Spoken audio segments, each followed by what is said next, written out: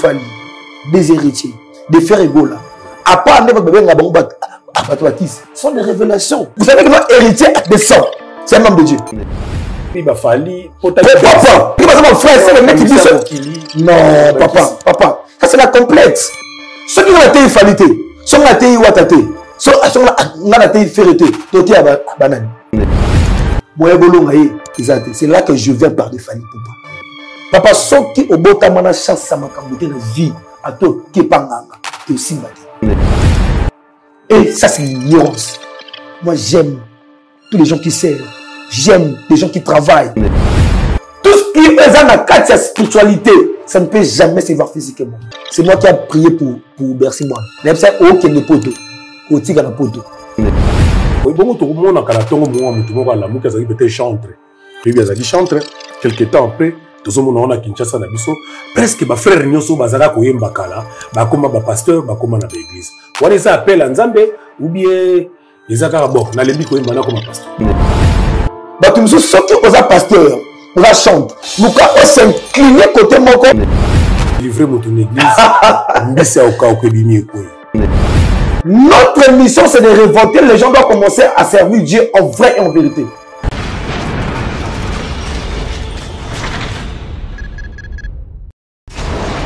Hela, ma, on a écolo samona boala, roga missile, na ningina loba, oye koya, heya.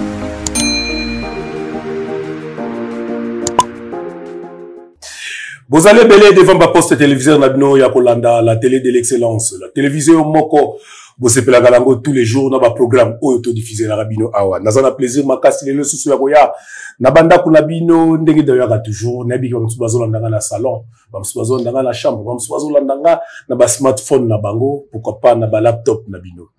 Plaisir à l'élo na émission à l'élo boko sepela comme d'habitude. Bobike émission na line oyo, soki tozaka line ezaka toujours pour trouver la actualité moko o ezapé à line. L'élo nazana plaisir à koyamba mosali na nzambe moko na katia plateau na biso oyo. Avec lui, on va développer beaucoup de sujets. Ah, ouais, tokolobe la pena ba sujet belé, tokoloba makambo nzambe, tokoloba réalité ya mokilipo, tokende wapi avant à la mosali na nzambe azapeka moto. Avant à la mosali na nzambe amona randeki biso monaka. Il s'agit des prophètes d'avant. Prophètes d'avant, bienvenue dans plateau. Merci Kanto Jimmy Kolecha. Vous allez bien? Très bien par la grâce de Dieu. Ma camion c'est ça qui est bien. Tranquille à l'aise. Bazota la biso, la poto partout. Na la présenter au mosali na nzambe. Est-ce que yomo ko mi présenter si ko bien? Bakanda kombo baye bato yambi prophète wapi église nini azaka wapi na Kinshasa wapi poto que to fumba. D'accord, je suis le prophète Davin Balonda Blaise. Autrement dit l'homme de fée. Je suis l'un des serviteurs des visionnaires de l'église de Jérusalem. En complicité avec la prophétesse de l'Éternel, Maman Marceline Voutou, je la salue. À Passion, là, elle se trouve depuis Brazzaville. Donc, maintenant, je suis ici à Kinshasa pour beaucoup des activités spirituelles. Je suis ici par la mission de l'Éternel. Voilà. Donc, c'est un peu ça. Comment ça, Nzamende? Au fait, appel. Appel à mon numéro de baraté. Les Arabes appellent. Il y a ça sur notre histoire là. Yo comme ça, Nzamende. Au fait, très jeune que vous allez. J'aime toujours dire aux gens, bah, comment comme ça l'anzambété, et bah, bota ma comme ça l'anzambété. Ok. La différence, bah, to, bah, bon ami, bah, intégré, c'est là que je peux dire dans la Bible, comme Moïse, il travaillait avec Josué, et Dieu travaillait avec Moïse. Dieu dit à Josué, je marcherai avec vous comme j'avais marché avec mon serviteur Moïse. Et pour dire que non, Moïse était déjà serviteur de Dieu, après Josué était le serviteur de Moïse. Donc il y a des gens qui sont venus pour servir Dieu, mais il y a des gens qui sont appelés comme des enfants de Dieu. Donc je suis un enfant de Dieu. Yokomagi, Botamaki. Nabotama déjà, Zamakila, maman sa prophétise. Okay. Moi je suis prophète de Dieu. Dans notre famille, il y a des gens qui servent Dieu. Donc c'est un peu ça. Les a libonza ya famille. Appelle le outil depuis famille. Ils ont des sangs. Ok. Nous avons l'église de réveil. Nous avons l'église de réveil, Jérusalem, nous avons Brazzaville, nous avons Kinshasa, nous avons cellule, partout, aux États-Unis, en France, en Belgique, en Suisse, na Gabon, et voilà. On peut savoir le loba différence ou belé parce que les lots toujours n'a pas comprendre au bien babota ma mutulanzambe ba koma ka mutulanzambe te bongo to mona kala tongo mo mutu moko la muka zaki peut-être chantre tu bien zaki chantre quelque temps après tous on a Kinshasa na biso presque ba frère nyoso bazaka ko yemba kala ba koma ba pasteur ba koma na ba église wana ça appelle nzambe ou bien bon, maintenant, à partir de là, vous allez maintenant comprendre la différence. Si tu es chantre, tu sers Dieu, tu es qu'un chantre. Si tu es pasteur et tu sers Dieu, tu es pasteur. Pourquoi? Vous savez, David, il était serviteur de Dieu, David vivait dans la forêt, mais David était chantre. Mais David était un guerrier combattant. Pourquoi? Parce que David a fait un maintenant, le jour où Saoul a célébré quelque chose, on dit pas qu'il ne va bien à David pour aya kobeta kita na kata fetia wa Saoul.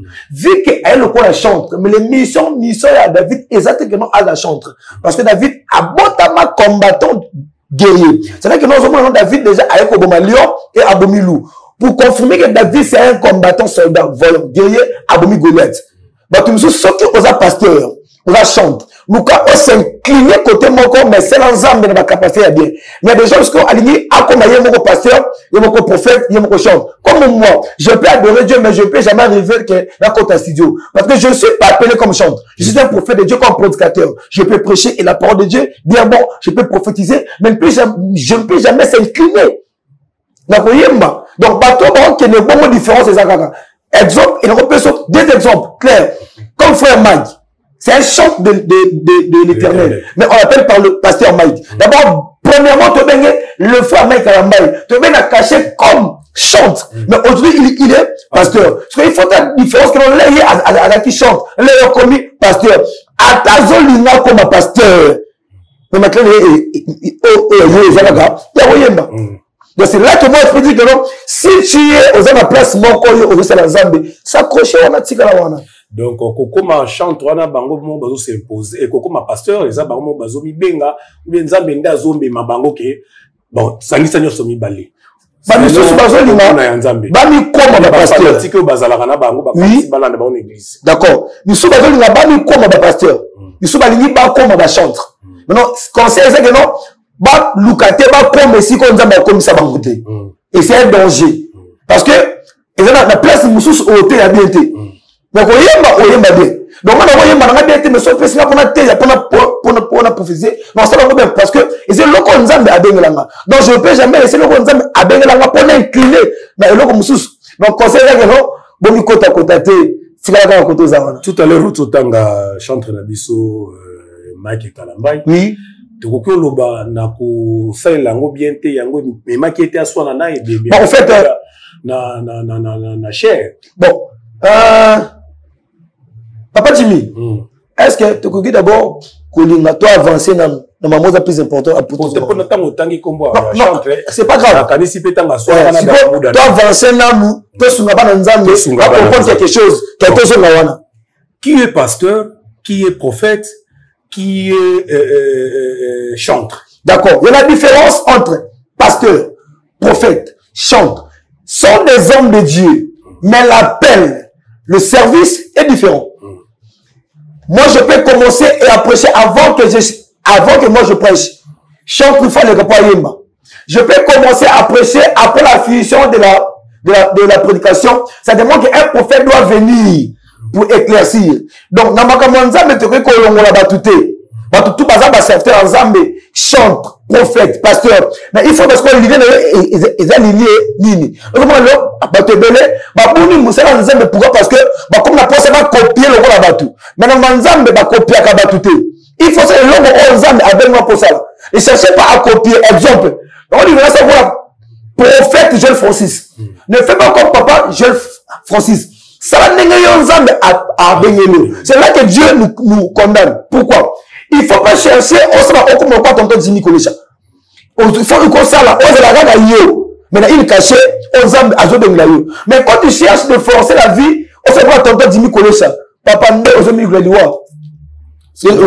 pasteur, au cause de la Bible, on a mis ça toute une église, yomoko prophète, yomoko pasteur, yomoko chantre. D'abord, un bon visionnaire, il peut chanter, il peut adorer Dieu, mais pas la cacher comme chantre. Un bon visionnaire. Un bon visionnaire, il peut voir pour l'assurance de l'église. L'église ne peut jamais marcher sans que le pasteur au Monaco. Un bon visionnaire, il doit se faire comme un berger, comme encadreur. Parce qu'il doit encadrer des brebis. Un bon visionnaire, il doit se faire comme un protocole pour surveiller l'entrée et sortie des âmes à l'église. Donc, un bon visionnaire, il doit se faire comme un apôtre. Les apôtres, ça va. Parce que dans la Bible, quand on cite l'histoire, c'est que ma pasteur, ma prophète, ma apôtre. Parce que la prophétie, d'abord, ça vient de Dieu. La prophétie, et ça vient de Dieu. Il faut commencer d'abord de voir. Et l'autre, avant, comme un physique, il faut d'abord voir. Parce que la spiritualité, ça vient de la prophétie. Et il faut la prophétie va s'accomplir dès que vous voyez, il y a vos prophètes. Parce qu'au commencement, Dieu créa le ciel et la terre. La terre était informe et vide. C'est à partir de là que Dieu a commencé d'imposer. Avant à créer, d'abord, il avait commencé d'abord de voir, de prophétiser, après ça va à l'accomplissement. Donc c'est ça. Il y a pour prophétiser là. Bête rappé. Au prophète Moropeka à Congo. Donc, vous savez quelle différence. Il y a pour bête rappé na mutu pas. Et kokisami ou bien, tout le monde a quand même battu Moussoubaza, ko salatino, battu baebi, via HB na kwe moroboye.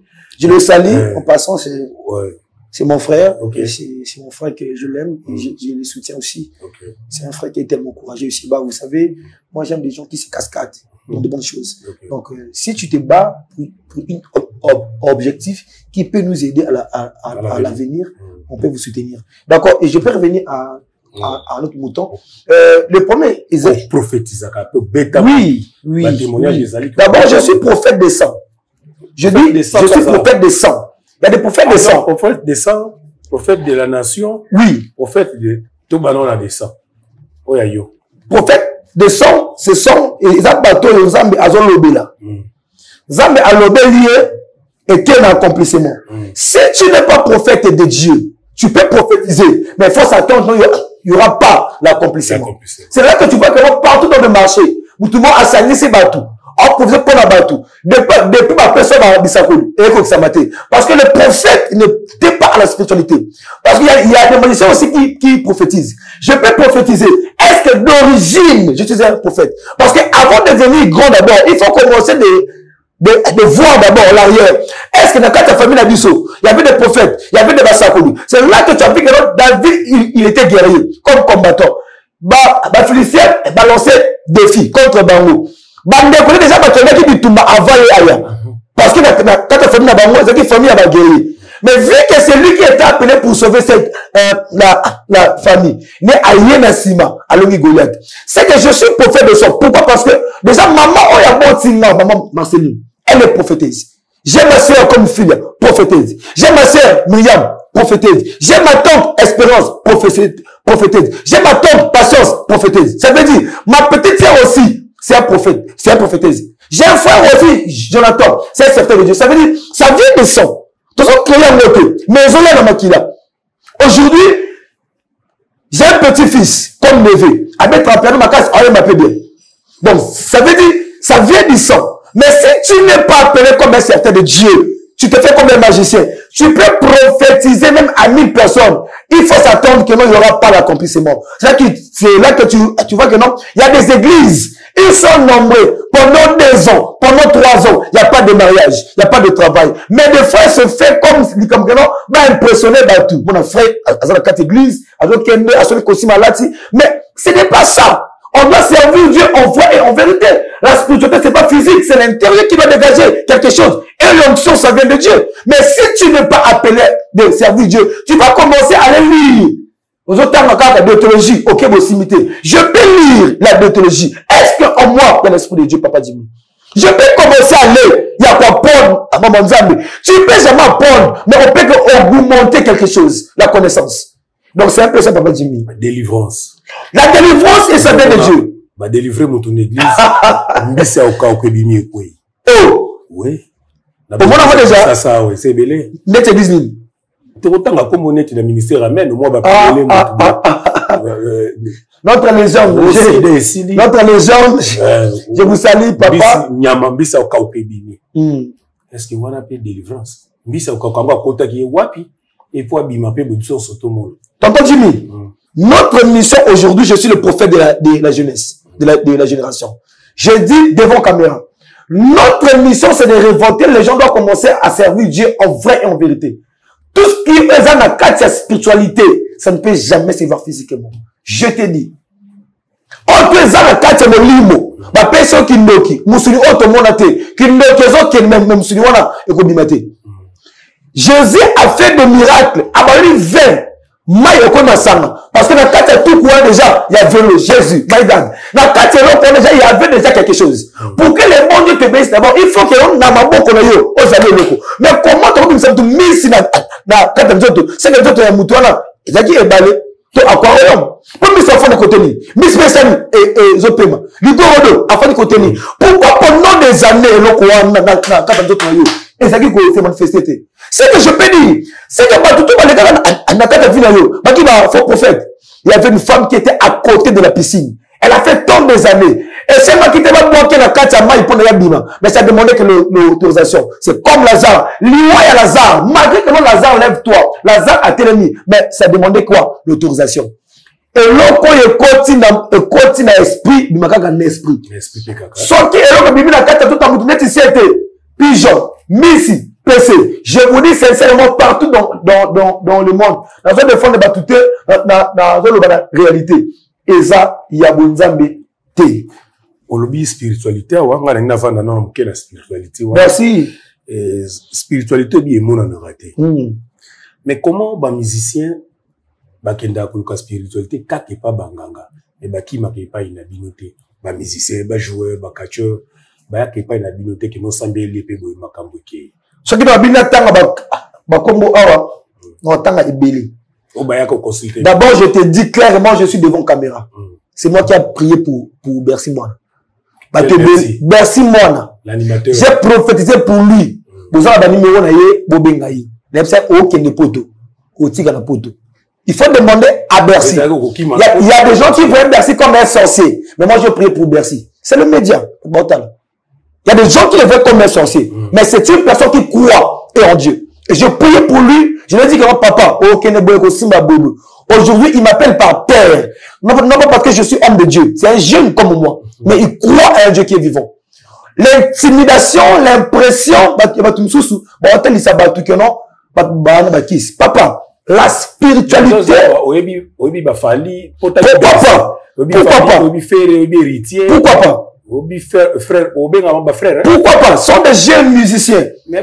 Ce qui passe mon frère, c'est le mec qui dit ça. Non, papa. Ça, c'est la complète.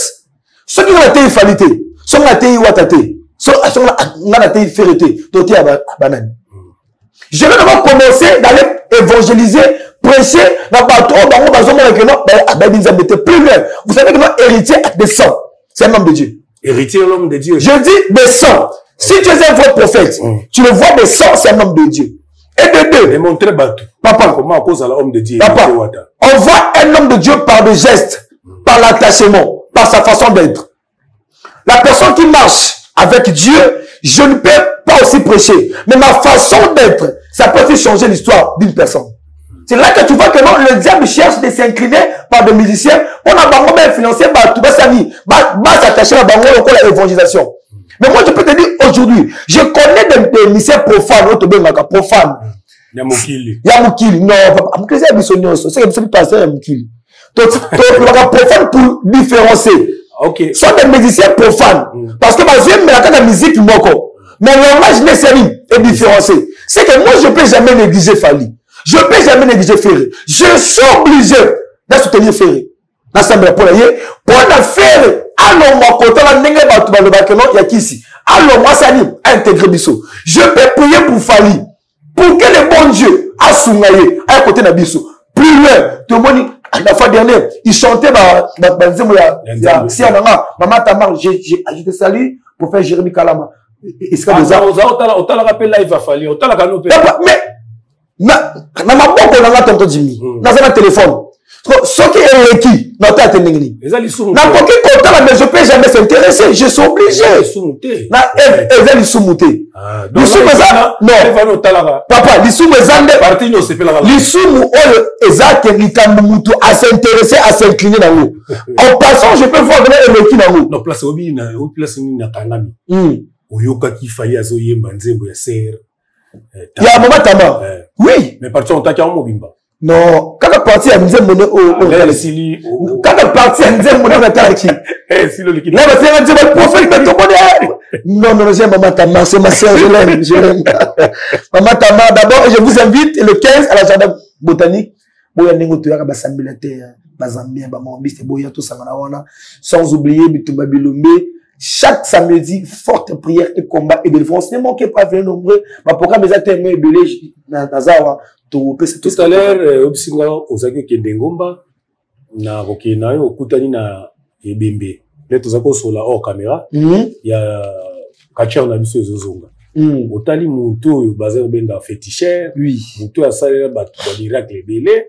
Et Mouto, tout accueilli à l'objet qui a Azaba passé, Mouto a travaillé na Bango. Tant qu'on monier, il y a beaucoup fait Bembélé, Zozonga, l'objet, n'a moins qu'à sauter des voitures. On sait qu'il analyse ni. Papa, Ezaki dimanche.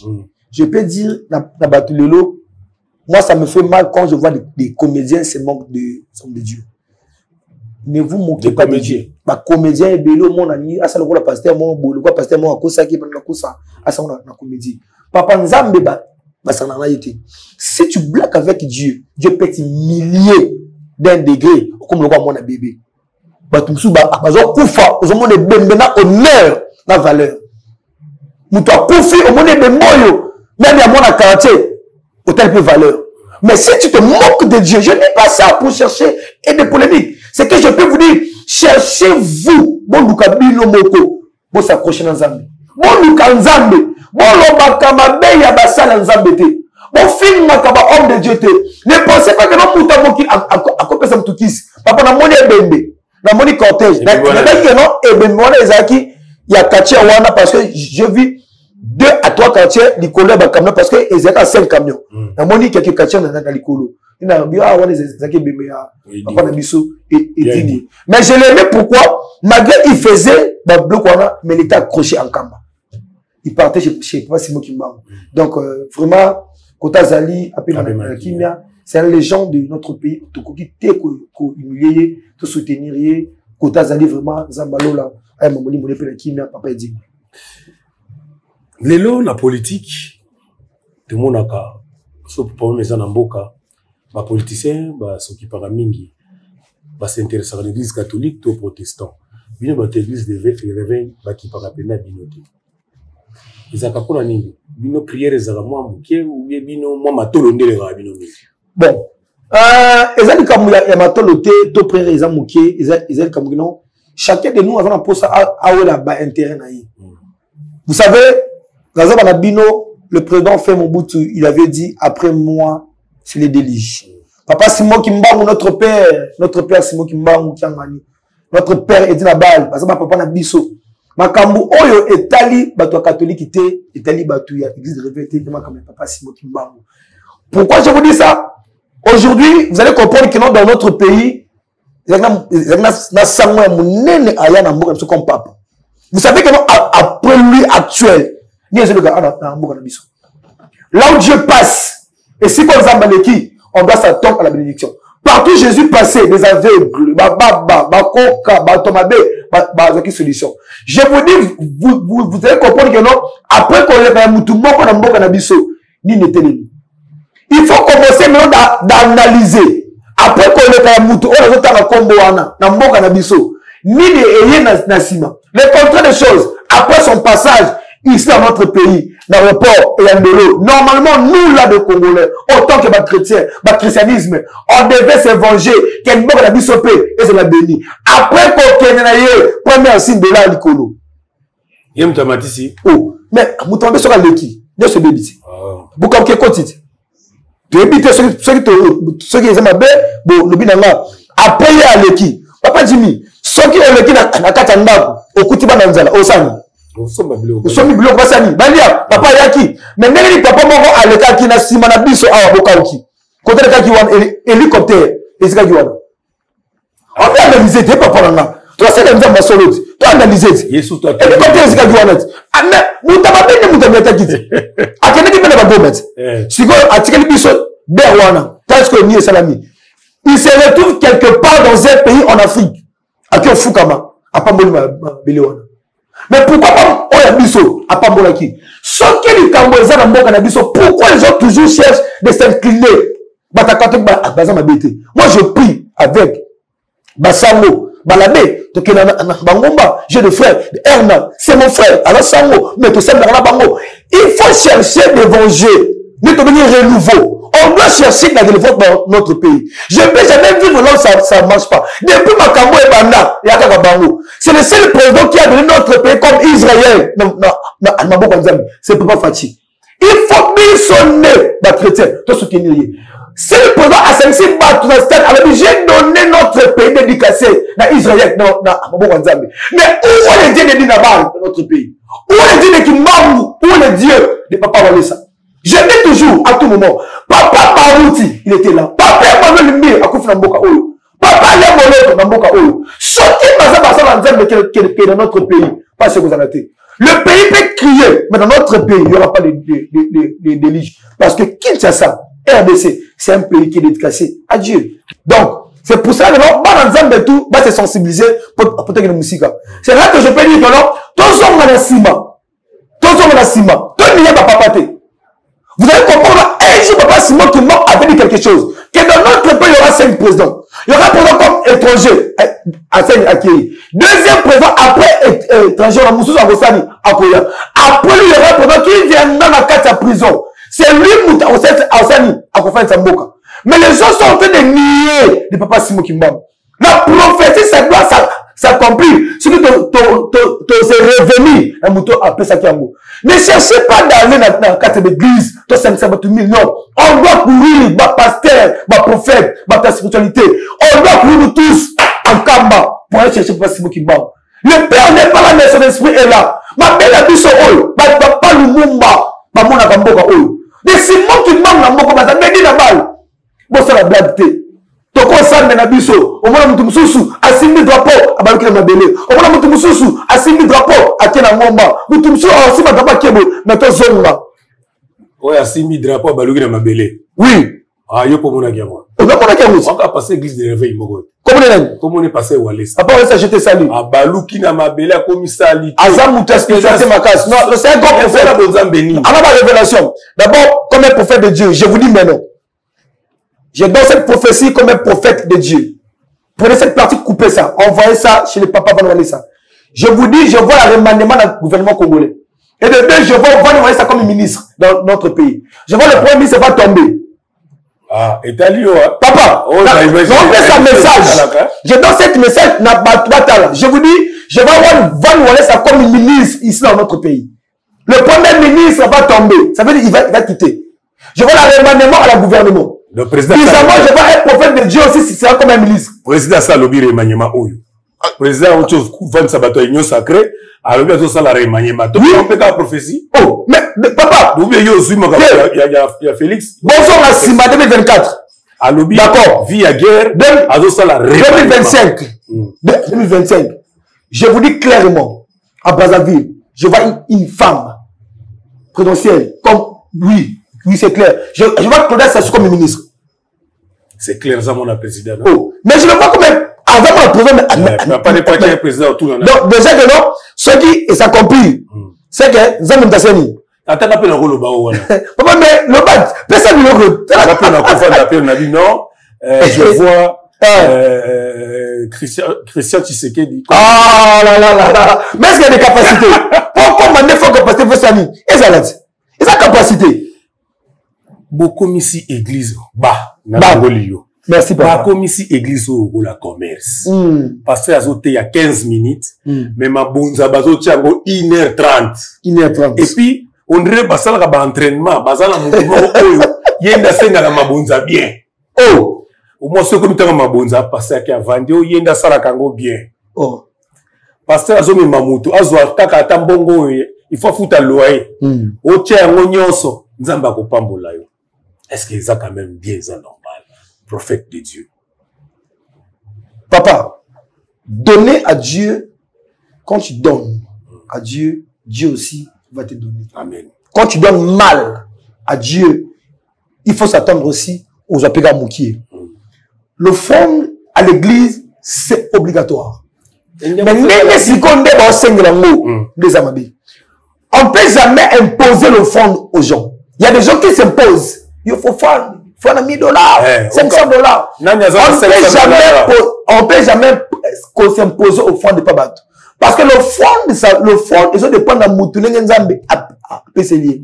Mais pas tout le monde a raté. Zamba peut payer $100. La personne a Kabola, on va prendre Nzambe, il va prendre 2000 francs. Parce que moi, ça va pas me exact pourquoi. Et pourtant, tu as la carte église. Les Tingaï. Pasteur. Il y a des certains prophètes avant qu'on impose offrande. Si tu ne donnes pas, on va pour éviter. Mais où est le Dieu de sacrifice? Où est le Dieu de l'appel? Notre Dieu va se manifester. Il faut d'abord commencer de prier pour la personne. C'est pas parce que tu bête ma bonne côté, attends ma banga haut, et rebête. Ceux qui n'ont pas molingate, ça m'a dit corbeau, on peut s'en aller pendant l'heure. Mais ma mission est que non, na salle de la pona mouta sani, abika, mauvais pesanini, ce qu'on s'appelle moutabiki, akini. Le quoi na église assez, soit $8,000, là on peut s'en aller $10, on appelle 500. Ignorance. C'est là que tu vois que non, bah kebele, bah ça me sala haut. Ba musicien moko na otangelo mibale awa bakoma kosala makambo minene koleka kutu ba pasteur rebelle. Je donne d'abord l'exemple d'héritier na Fali Poupa. Oui. Lelo Fali azomi makabatu na poto. Yamsu na frère na yemoko. Sangisa memi. Mais bino ba pasteur na église soki yo lingo kende poto ozui bandimi basombelo billet. Alors que mamno privé basombelo billet basombela yo c'est le passeport, mais est-ce que était ma mission na to ba la mieux que le passer avec l'été. Papa nana, et vous savez que non, déjà je peux te dire deux choses. Je vous dis des choses. Il y a certaines personnes qui ne sont pas des musiciens, sont des révélations. Héritier n'est pas musicien. Mais héritier, c'est un jeune de la révélation. Je vais t'emmener à la différence de la révélation. Aujourd'hui, il y a des gens qui viennent comme de révélation dans notre pays. Mouto a révélé comme révélation Nakati Mboka. A une force qui vient de Dieu. Mouto a commis côté, c'est juste comme Bana Otana. Hein, limbisanga côté to côté parce que on parle que Makamou eza il y a il faut commencer d'analyser des Fali, des héritiers, des frères Egola. À part ce sont des révélations, ce sont des étoiles de notre pays. Nous sommes là, Batebele, Oyo, Babuntara Bango, Moye Bateba, Fongama, Isate. Nous tous nous révélé. Ce qu'on va dire qu'on combattre, il faut s'attendre que non, aux autres été, aux autres Zambie. C'est là que tu vois que non, je peux dire Fali. Fali, il n'est pas musicien. À la révélation, son étoile va commencer à crier partout dans le monde. Héritier sur lequel va commencer à crier partout dans le monde. Révélation Batouana, la musique chrétienne, baza. La politique, bazalaka. La famille, bazalaka. Exemple clair. Quand tu vois des sœurs Lombo, des papas Patrice, des Matou Samuel, des mamans Chabani, des sœurs Tamar, des sœurs Enis, je suis en train de citer Fiston Bouy. Sont des révélations. Pourquoi? La personne aux âmes abimis la révélation. Atabino. C'est là que je viens par des Fali Poupa. Papa, ceux qui au botamana chasse sa makamboute de vie, à toi qui panganga, et aussi batté. Bazo mérité, biso à salanzambe, to soutenir bango, to sambil rapona bango, to linga bango. Les mal les animes. Biso poto que ne poto, nous on doit pas le faire des concerts. Si Fali Poupa, héritier, ou tout le monde, il fait un concert, il peut aussi associer à ça, on que père, à celle de Zabou, avant de passer à tu es prié à 2 jours. Ça se fait. Mais nous, là, on ne peut jamais aller dans le Kabango. Parce que, ça va nous biso. Mais pourquoi? Il y a des certaines personnes qui ont là-bas aventurier. Pourquoi? Si on a qui? Ça, ça lui commote papa. Et ça, c'est l'ignorance. Moi, j'aime tous les gens qui servent. J'aime les gens qui travaillent. J'aime la jeunesse. J'étais à Matadi, bien accueilli. Pourquoi? Parce que j'étais à Lumachi, bien accueilli. J'aime les gens qui se battent pour se révolter, force à jeter Sani et Mata. Donc c'est ça notre mission. Merci beaucoup, prophète. Tozo continuer comme Malasuka. Le temps de saluer Bateau Bazolanda Biso Siko, la Pessi, Mote na États-Unis et pas Chikita Congolo. Oyaza vraiment scotché branché, Kolanda Mosali Nzambe, Ndenge Yaza Kopese là. Sans oublier mon ami de tous les temps, de tous les jours, Devi, Yema Devi, la PCP Bambote, Eskazali Kolanda. Narobo Sanate, le président de l'Assemblée nationale. Il y a la République démocratique du Congo, qui est M. Vital Kamerhe, le pacificateur éternel. Donc, on dit na Zoloba, Aza de cœur, na na nyons, ya Nord Kivu, na Sud Kivu, na citation Isa Koleka Kuna, Aza toujours, si Manabino, Azoluka toujours, ma pacification. Comme il est le pacificateur éternel, à cause ça toujours citation Moko, Mboke Kozonga Kimia, Ndenge Emesana Kosala. Et puis, bon anniversaire, il y a mariage à mon vieux personnel, Blanchard et Bonze et Blanchard. 25 ans, ça s'est fait. On va y moi sinon pendant 25 ans. Maman Fatouma, félicitations. Pour Mingi Bazoko Kisaka. 25 ans, on a atteint Nakilelo Nakin. 25 ans. Ndaku Moko, Mbetu Moko, Sani Moko, Nzungu Moko, Mutuka Moko.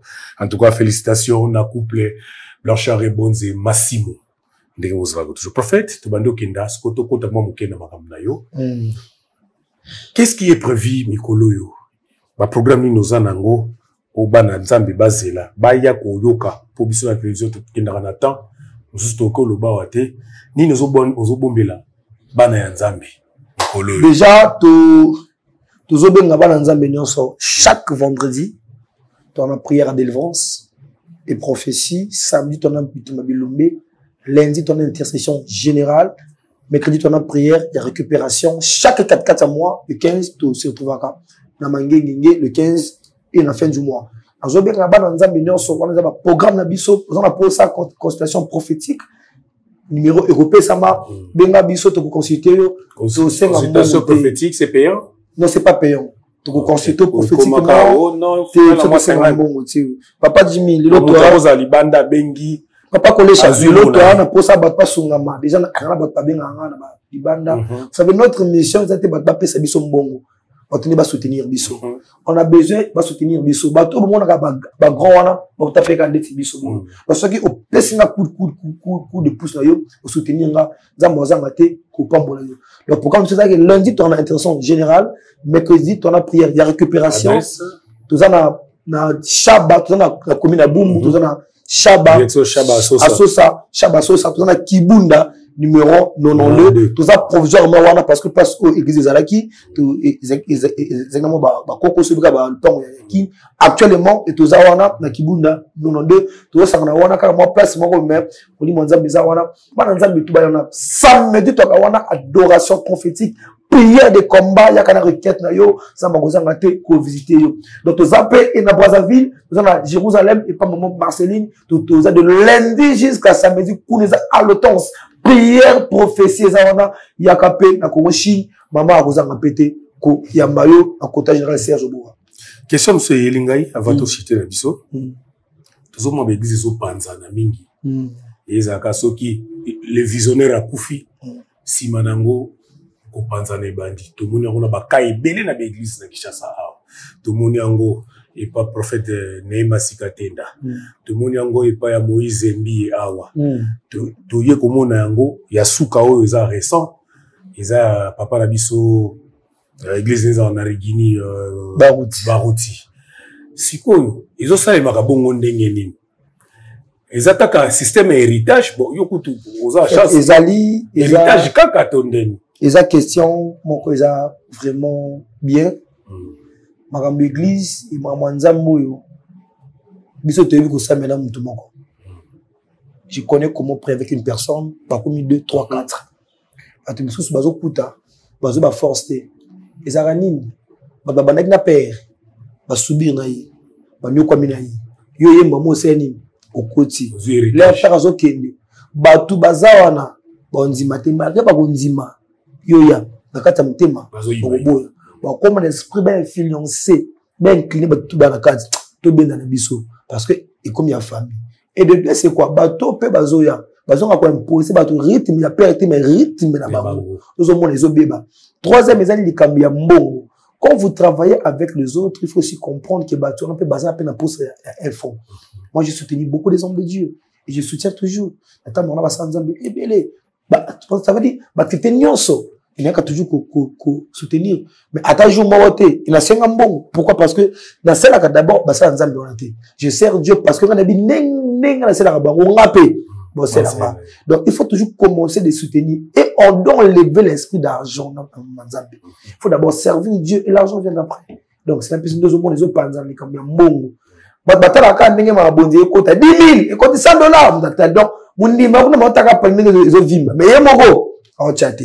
donc, il faut tchakaper pour Manzambe qui est beau.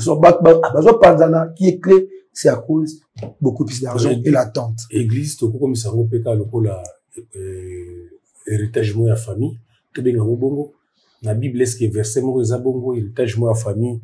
Les longai dans une église nanga nazate, dans une moi nangai glad kolesha, inda héritier église, dans son bilupango église. On est dans na kombo église, na chikumbo mo ngai moko na bana. Papa, est-ce que vous savez que non, Glad College aussi peut servir Dieu? Oui. Et donc, au ça, ceux qui Glad, ceux qui sont dans Makila, ceux qui ont été Glad peut faire ça. Oui, oui. Mais ceux qui Glad déjà, ils ont landayo, dans Makambo Sala.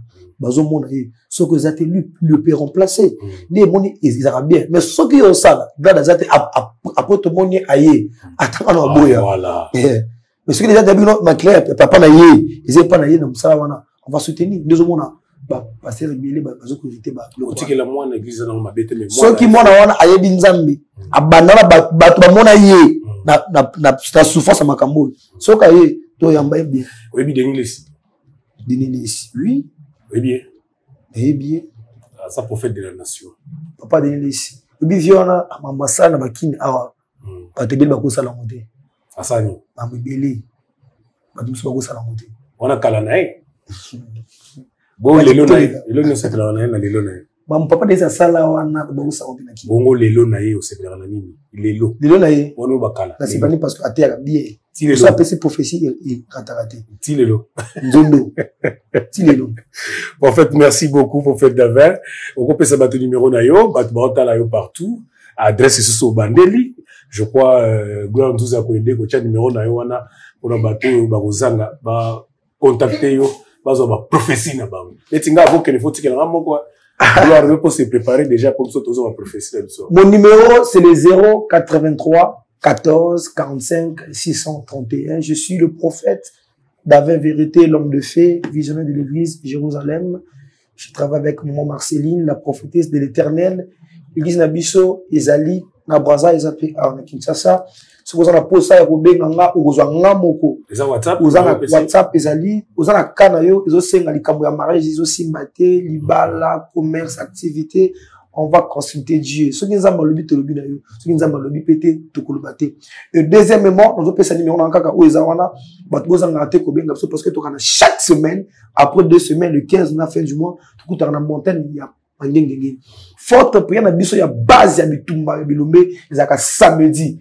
De ce qu'on a besoin de côté, mouate, maïté, bougité, puissance à parole de Dieu, la délivrance des âmes touchées, au cause de la guérie. On peut ça, mbote na batutu, soutenir kanga, d'abord papa Jimmy, la passion beauté, la passion de la chaîne beauté, la sortie initiative, papa Charlie Prince, j'étais salué, mais vraiment boé, et tout moment. Donc déjà, mais ça font déjà, nous avons calmé na coulisses. La PCI, mon frère perso, le boss, à ton petit choukou, depuis Matadi, na Pozo, na Eden Park, na PCI, na Matadi, na son beauté, papa na Davina, na PCI beauté, manager, et na PCI beauté, na prophétesse, jolie gloire et longa, na PCI beauté, na papa apôtre Moïse, Mangengenge, na PCI beauté, na prophétesse Louise Timbalanga, et na PCI beauté, na Baltunios, Basoutina Kanga, sans oublier mon frère perso, Vital Metal, sans oublier Maison Laura.com, na Kesesu, na PCI Bananzam, Benyon, son beauté, sans oublier mon frère perso, Herman Balanda HB, Nazapina Bébé Nanga, lui c'est un prophète, il s'appelle Marcelo Balanda, le King BM Brakinois. Je vous salue bébé. Okoza 5 pasteurs moko ndimilaka. Oyo bangaka 5 kaka. Tito banga. Na o ndimilaka. Na banga rapidement pona sisa. Na banga na tangelote. Oyo ndimilaka. Na banga bango so ça nzambe bien to kila bango. Na ngala optangelo 5. Soko aza bien, obi aza bien. Ya liboso ondimaka Moïse Mbiye. Moïse Mbiye. Oui, c'est un homme de Dieu. Ondimaka ye. Ondimaka Mike Kalambai. Oui, c'est un homme de Dieu. Ondimaka Pasteur Patrice. Papa Patrice. Ondimaka ye chante. Ondimaka tant que chantre to pasteur. Ondimaka otoki msala nzambe. Et tant que chantre to pasteur. Otoki msala nzambe. Accepter de Dieu. Oui, mais la nzambe. Azoyembela nzambe aote ya pe. Awasami dans l'église les ça ça msala nzambe bien. Ondimaka Neema na qualité pasteur. Papa Neema bazabi ba Neema sikatendo ya mwana. Sikatenda oya mwana. Oya mwana. Oui, c'est Dieu bien, je dis salut papa Neema sikatenda. Ondimaka pasteur Lité Akanda. On a comédien de théâtre. Merci beaucoup, ça est fini pour aujourd'hui. Merci beaucoup, merci prophète. Merci pour tikel biso ngolu, pour tikel biso lumière na plateau ale. Le travail ye ozo yaka courant ba moye. Na mona que Jacine moko ya malamu pona ngai na mokolo alelo. Merci à Gédéo Kiakou, merci na Gloire Nzuzi pona bizinga lelo esili. Ba numéro ezana botika ba commentaire, bo koma bo benga. Soki botondi ete aza capable de kozongela bien les sous ba parti au raté. Oui, que télévision za kangoka. On se retrouve demain dans l'émission de Sika et bye, ciao.